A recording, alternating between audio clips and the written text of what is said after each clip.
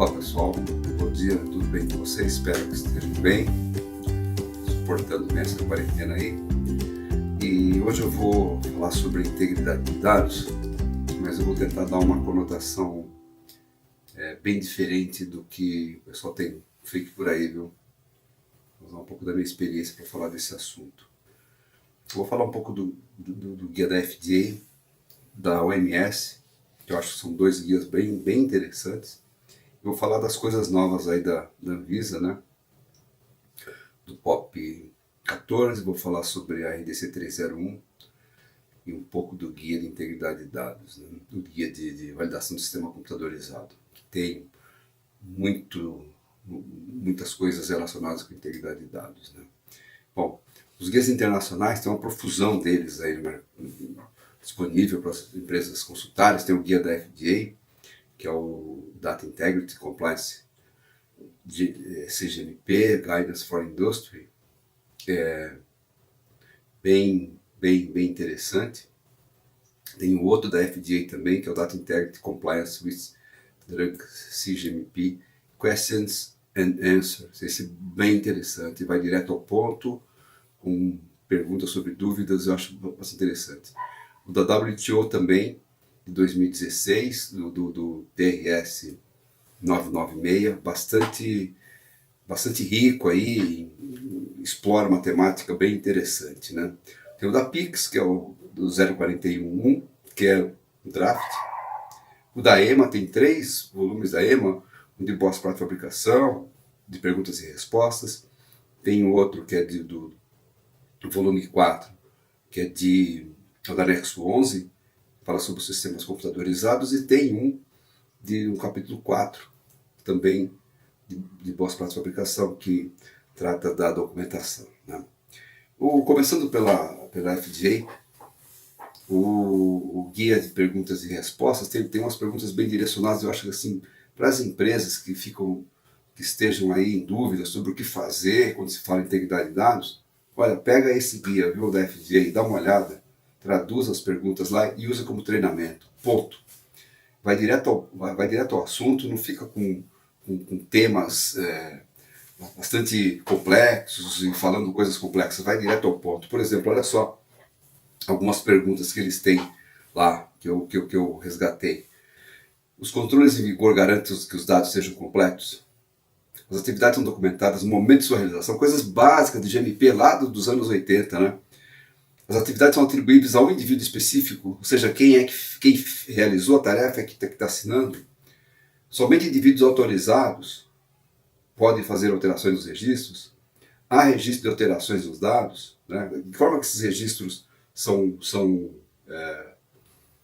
manuseados ali, né, quando são alterados. Os registros são revisados para precisão, completude e conformidade com as normas estabelecidas. Os dados são mantidos de forma segura. Então, tudo aquilo que a gente conhece está aqui nesse guia, nessas perguntas e respostas da FDA. Assim como algumas outras coisas um pouco mais interessantes e que fogem ao nosso olhar, às vezes, como uma pergunta aqui da questão dos dados estáticos e dados dinâmicos, né? Que os dados estáticos indicam o registro de dados fixos, né, seja em papel ou imagem eletrônica. Já o dinâmico permite interação entre o usuário e seu conteúdo. Então muito cuidado ali, né? E também algumas orientações da FDA, por exemplo, que ela orienta restringir a capacidade de alterar especificações, parâmetros de processo, dados ou métodos. A gente sabe disso há muito tempo, né?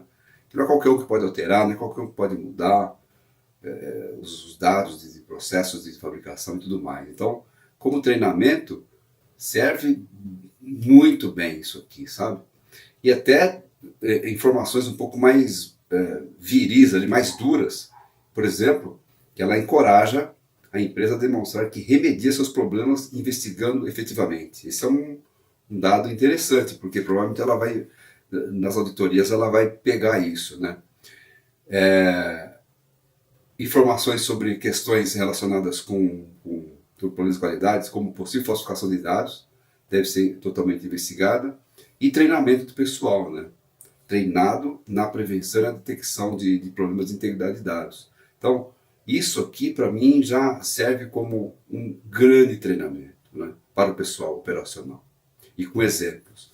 O outro guia é o guia da WTO. Esse é super completo, mas aí é para quem já está num nível mais avançado, né? Já tem lá toda a sua estrutura definida em relação, já trata os dados com bastante segurança, os profissionais são bem treinados, então aqui pode passar para esse nível aqui, que a ONS inclui aqui definições de guias do ICH, como ciclo de vida, boas práticas de documentação, gerenciamento de riscos, CAPA, programa de governança de dados, olha que interessante, né? Ação corretiva e ação preventiva. E um negócio que eu achei bastante interessante, que são boas práticas de registro e gestão de dados. Então, a empresa, dentro do seu sistema de gerenciamento da qualidade, inserir esses princípios aí, né? Assim como um programa de governança de dados e alguns outros pontos, por exemplo, aplicabilidade para registro de dados em papel e eletrônico. Aqui um comentário meu aqui, que é o seguinte: tem se dado muita ênfase à integridade de dados em sistemas. A gente sabe que a grande maioria das empresas ainda transita com papéis, com dados manuais. Então, perdeu-se ao longo do tempo aqueles treinamentos que a gente fazia, que a gente participava, de saber como preencher um documento, como registrar, se errou, corrige de uma tal forma, ter cuidado com a documentação que está ali. E deu-se ênfase aos sistemas eletrônicos informatizados, de tal monta que me parece que a integridade de dados só se aplica a sistemas computadorizados. E não é verdade. A maioria dos problemas ainda ocorrem na fábrica, lá no preenchimento de documentos, na qualidade, na produção, na garantia de qualidade, enfim. É dessa forma. Então, ele faz essa menção a isso, e isso tem que ficar bem claro. Assim como a aplicabilidade da integridade de dados em terceiro, a gente sabe que as empresas trabalham com muitos terceiros, então também lá você tem que gerenciar isso porque o produto é seu. Então, né, no final das contas, a responsabilidade vai recair sobre a empresa detentora do registro. Boas práticas de documentação, governança gerencial. Então, na RDC 301 já temos ali algo que se chama revisão gerencial. Então, governança gerencial está ali, semelhante. Cultura da qualidade, as empresas têm que ter cultura. Então, se há uma cultura da qualidade, há uma intenção toda voltada para prevenção de perda de dados, prevenção de problemas relacionados aos dados, né? A gestão de riscos de qualidade de princípios científicos sólidos e gerenciamento do ciclo de vida de dados. Então, são temas bem novos aí, colocados dentro do sistema de integridade de dados. Também a OMS fala que o ambiente de trabalho tem que ser favorável, que os funcionários comuniquem falhas e erros, né? Sejam incentivados a comunicar falhas e erros. Então, é muito importante que eles tenham liberdade para comunicar isso.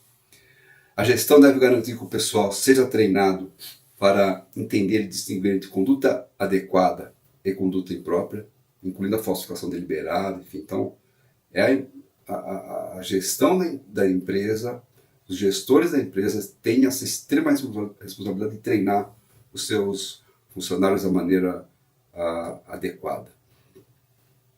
E também há um apêndice 1 nesse guia da OMS, que para cada um dos itens Alcoa Plus, ele dá um exemplo em papel e em sistema eletrônico.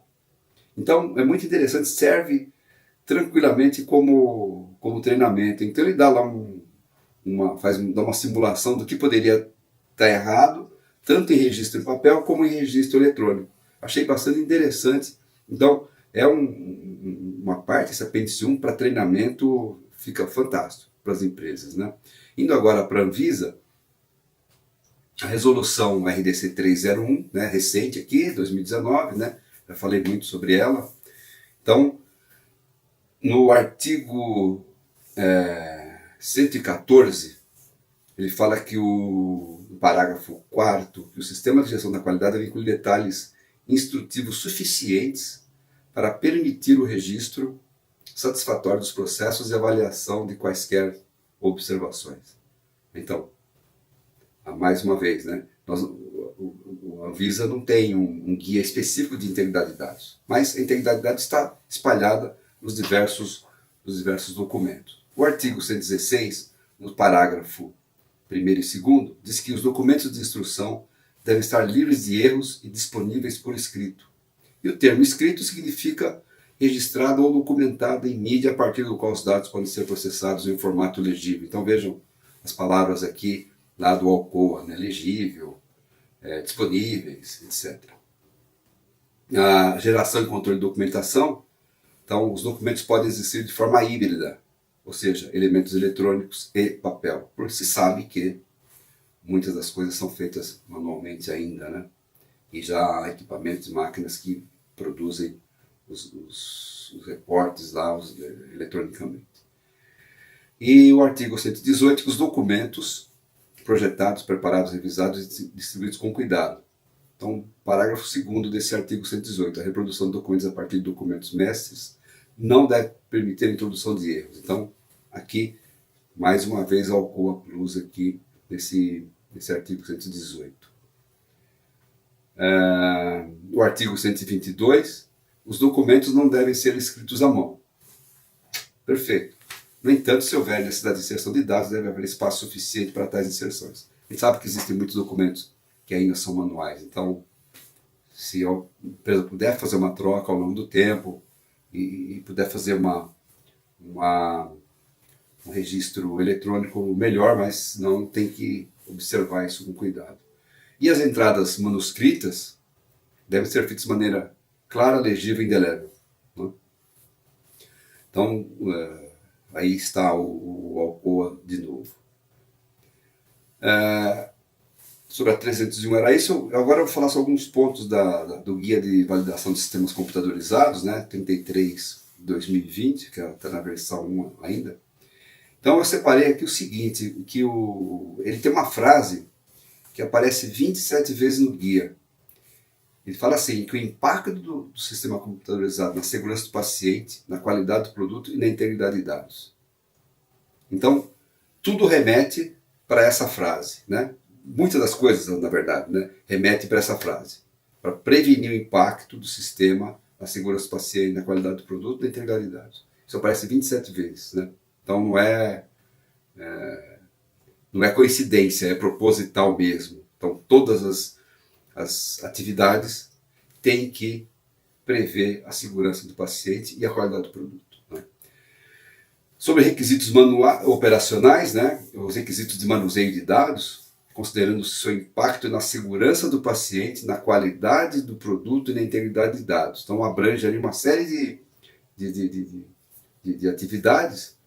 E eu separei aqui aquelas que eu acho bem importantes, que às vezes a gente não dá muita atenção, que é a migração de dados, tanto para importar como para exportar.